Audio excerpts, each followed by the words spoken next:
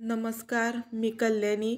माझ्या कल्याणी लाईफस्टाईल चॅनलमध्ये आपल्या सर्वांचं सहर्ष स्वागत आहे. तर मुलांच्या डब्यासाठी तसेच बाहेरील प्रवासासाठी उत्तम पर्याय म्हणून आपण अशा पद्धतीची गवारीची शेंग बनवणार आहोत. तर ह्यामध्ये मी जास्तीचं सामान वापरलेले नाही आहे, फक्त 2च वस्तूंचा वापर करून ही रेसिपी बनवलेली आहे. तर गवारीची शेंग एकदम साधी गावरान घेतलेली आहे, पुणेरी गवार घेतलेली नाही आहे मी. व ते कढईमध्ये टाकून आपल्याला तेलामध्ये छान परतून घ्यायची आहे. तेलामध्ये गवार परतत असताना गॅस मध्यम आचेवरतीच ठेवायचा आहे व व्यवस्थित सारखं परतत राहायचं आहे, सारखं त्याला मिक्स करत राहायचं आहे.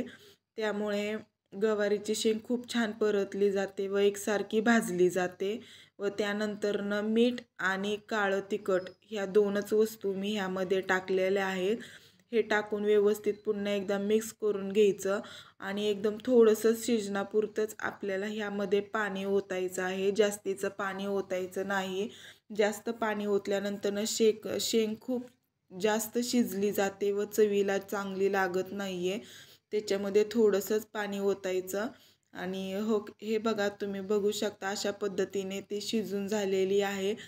व सगळ्यात शेवटी आता आपल्याला शेंगदाण्याचा कूट टाकायचा आहे व तेही व्यवस्थित मिक्स करून घ्यायचं आहे.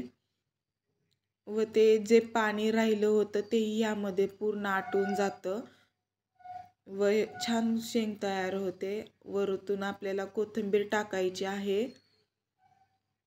हे बघा, अशा पद्धतीने छान व प्रवासातही टिकते गवारीची शेंग ही व खायलाही खूप छान लागते. तुम्ही एकदा ह्या पद्धतीची शेंग बनवून बघा.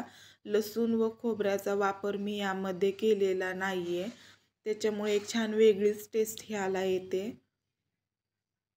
तुम्ही पाहू शकता. व प्रवासात गेल्यानंतरनं खूप उशिराने जरी आपण डबा खाल्ला तरी शेंग आहे तशीच राहते, चव देते आपल्याला.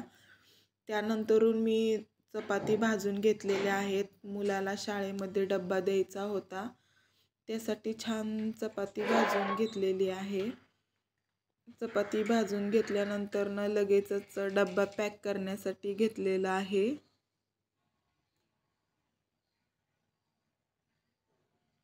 मुलांच्या डब्यासाठी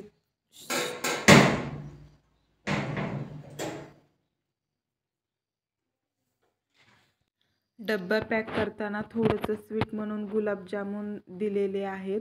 तसेच एका डब्यात शेंग पॅक केली तर दुसऱ्या डब्यात चपाती ठेवलेली आहे व तो पॅक करून छान मस्तपैकी दिला आहे. मुलांना असा डब्बा दिला तर मुलं खूप आवडीने खातात डब्बा. तर तुम्हाला माझी ही रेसिपी कशी वाटली ती मला तुम्ही नक्की कमेंट करून सांगा व माझ्या चॅनलला नक्की सबस्क्राईब करा.